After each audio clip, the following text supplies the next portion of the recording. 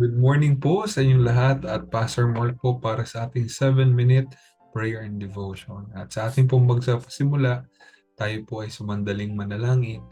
O Diyos na banal, purihin po ang iyong pangalan at sa umagang ito, kami po ay magsasaliksik at mag-aaral mula sa iyong salita at kami po ay gabayin nyo at kayo po ang magpaunawa sa amin sa pamamagitan ng iyong banal na Espiritu at palakasin niyo po kami.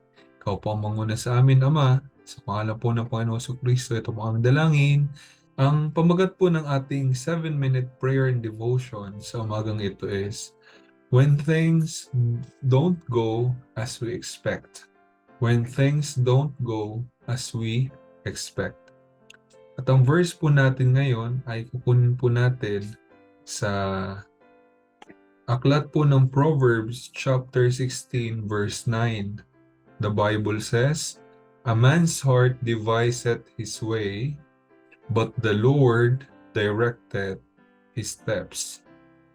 A man's heart deviseth his way, but the Lord directeth his steps. Once again, ang title po ng ating devotion sa umagang ito, When Things Don't Go as We Expect. Meron ka na po bang naging plano o pinagplanuhan pero at the end, hindi nasunod? How did you react? What was your response? Sa umaga pong ito, tutuklasin natin ang sagot sa bagay na yan mula sa salita ng Panginoon na kung ano nga ba ang dapat nating gawin kapag ang bagay na ating pinagplanuhan, kapag ang bagay na ating pinaghandaan ay hindi nangyari ayon sa ating nais. Una, what can we do? What should we do? Letter A, calm down and don't be frustrated. Kung titingnan natin ang verse, a man's heart deviseth his way, but the Lord directed his steps.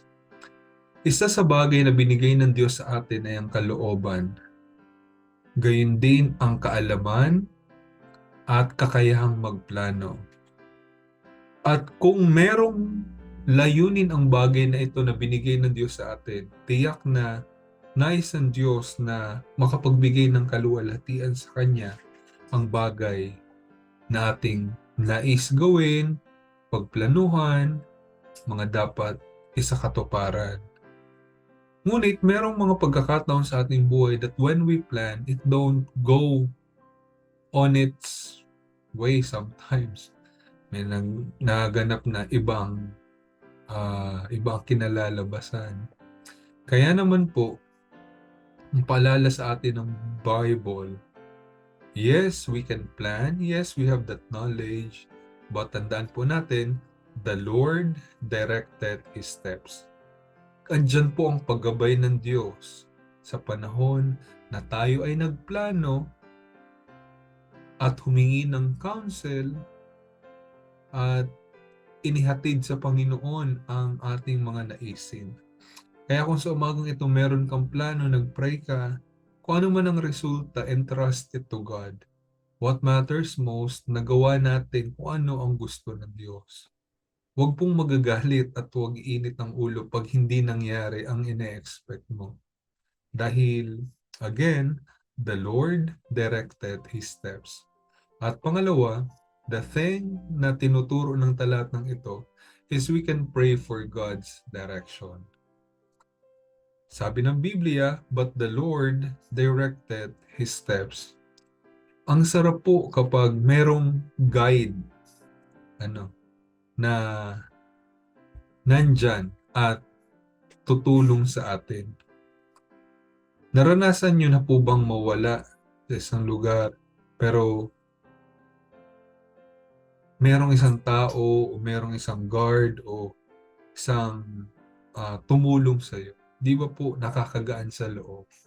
Dahil alam natin na safe na tayo, alam na natin kung saan ang daan papunta sa labas, paano hindi maliligaw. Dito po sa talatang ito makikita natin na God is always there to help His children na merong naisin sa buhay. Kasi hindi naman po nagtuturo ang Panginoon na huwag tayong magplano. Hindi naman po nagtuturo ang Diyos na gumanga na lang tayo maghapon at walang gagawin.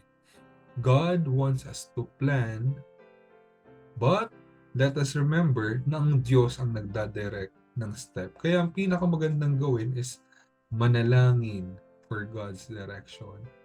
Kung sa umagang ito, you're planning, one best thing that we can do is to pray for God's direction. Lord, ano ang gusto mo na gawin ko?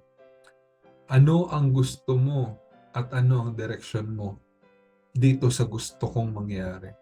Dahil syempre, bilang anak ng Diyos, walang ibang hangad tayo kundi mabigyan ng kaluwalhatian ng Diyos na mga nasa langit.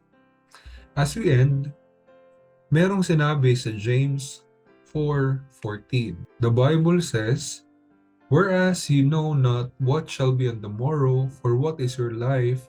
It is even a vapor that appeareth for a little time and then vanisheth away." Napakaikli po ng buhay. Ano po?